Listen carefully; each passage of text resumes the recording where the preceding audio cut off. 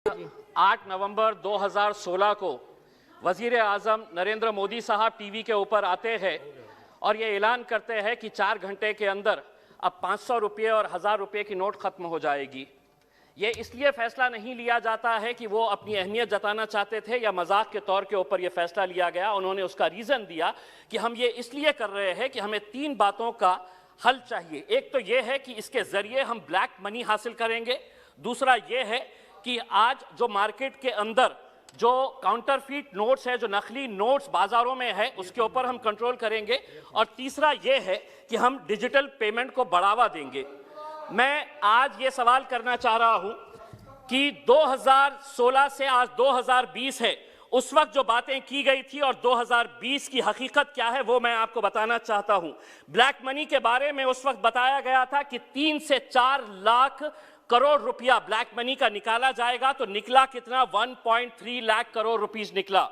जो counterfeit notes 2016 के अंदर जब ये डिमोनेटाइजेशन किया गया तो उस वक्त 6.32 लाख पीसेस नोट्स जो थे, जो काउंटरफीट नोट्स थे, वो मिले थे।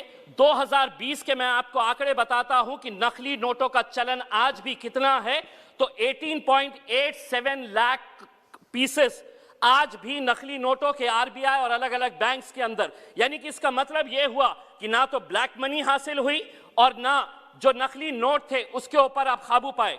डिजिटल पेमेंट यकीनन थोड़ा बड़ा है, लेकिन उसके लिए क्या इतना बड़ा फैसला लेना कि हम डिमोनेटाइजेशन करेंगे, ये गलत है। मैं समझता हूं कि उस वक्त जब ये फैसला लिया गया था तो इस सदन के अंदर बैठे हुए जितने भी लोग थे बड़े जोरदार तरीके से तालियां बजाए थे। आज मैं ये पूछना चाहता हूं कि क्या आप में इतनी हिम्मत है कि अपने सरकार और अपने वजीर आजम से पूछे कि आपने 2016 के अंदर हमको लाइनों के अंदर खड़े किया था और ये बताया था कि इससे ये हासिल होगा, लेकिन ये हासिल नहीं हुआ। ये बजट के भाषण का हिस्सा नहीं बनेगा। इसलिए नहीं बनेगा क्योंकि उस वक्त आपने गलत लोगों को गुमराह किया था।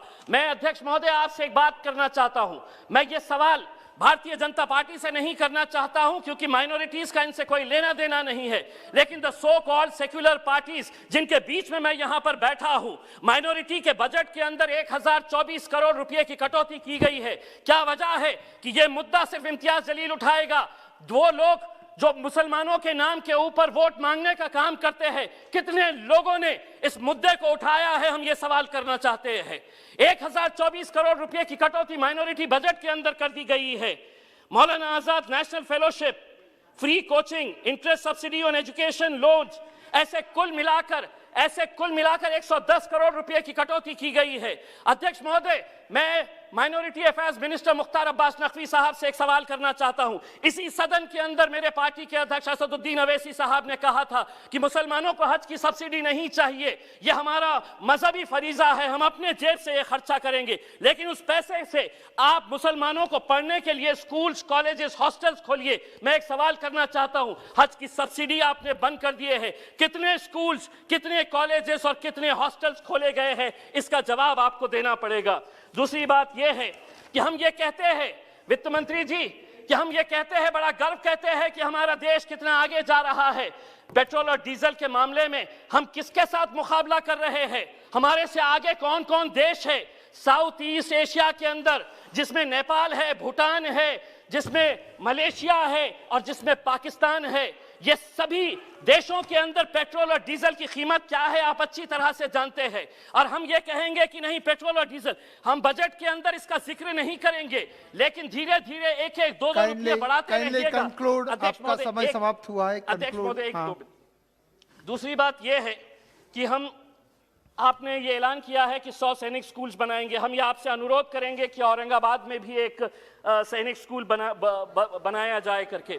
दूसरी बात यह है कि आप बैंक्स बेच रहे, आप एयर इंडिया बेच रहे, आप हर चीज बेच रहे, लेकिन आप बैंक्स अगर बेच रहे हैं तो मैं आपसे कुछ सवाल करना चाहता हूं। ये आरटीआई के अंदर आरबीआई के जरिए ये सवाल का जवाब मिला है कि पिछले कुछ सालों के अंदर 50 विलफुल डिफॉल्टर्स, जो बड़े बड़े धन्ना सेठ है, जिसके बारे में अध्यक्ष महोदय सिर्फ 1 मिनट, तो उसके लिए 68,600 करोड़ का राइट ऑफ किया गया है। एक पुणे में आरटीआई एक्टिविस्ट है विवेक वेलनकर, इसने 12 पीएसबी बैंक जो है पब्लिक सेक्टर बैंक्स, इसका सर्वे किया, पूरे आरटीआई से डॉक्यूमेंट्स निकाले हैं और उसके अंदर यह पता चला है आपकी दौरे हुकूमत के अंदर पिछले 8 सालों के अंदर, सर बस एक मिनट, पिछले 8 सालों के अंदर 6.32 लाख करोड़ रुपए लोन राइट ऑफ किया गया है। अब आप जवाब देते वक्त ये कहेंगे कि राइट ऑफ का मतलब ये नहीं है ये पैसा नहीं लिए, लेकिन सिर्फ महज 7%। तो कंक्लूड 1 मिनट में, हाफ ए मिनट में कंक्लूड कीजिए महोदय। तो ये जो पैसा लोग लेकर जा रहे हैं, कौन लोग हैं जो आज दुबई में बैठकर, लंदन में बैठकर ऐश कर रहे हैं, इनके बारे में मैं सिर्फ इतना ही कहना चाहूंगा, ये जो अमीर शहर है बड़े शौक से गरीबों का हक खा जाते हैं, क्या ये रात को अपने बिस्तर पर धन्यवाद, धन्यवाद श्री एन के प्रेमचंद्रन जी।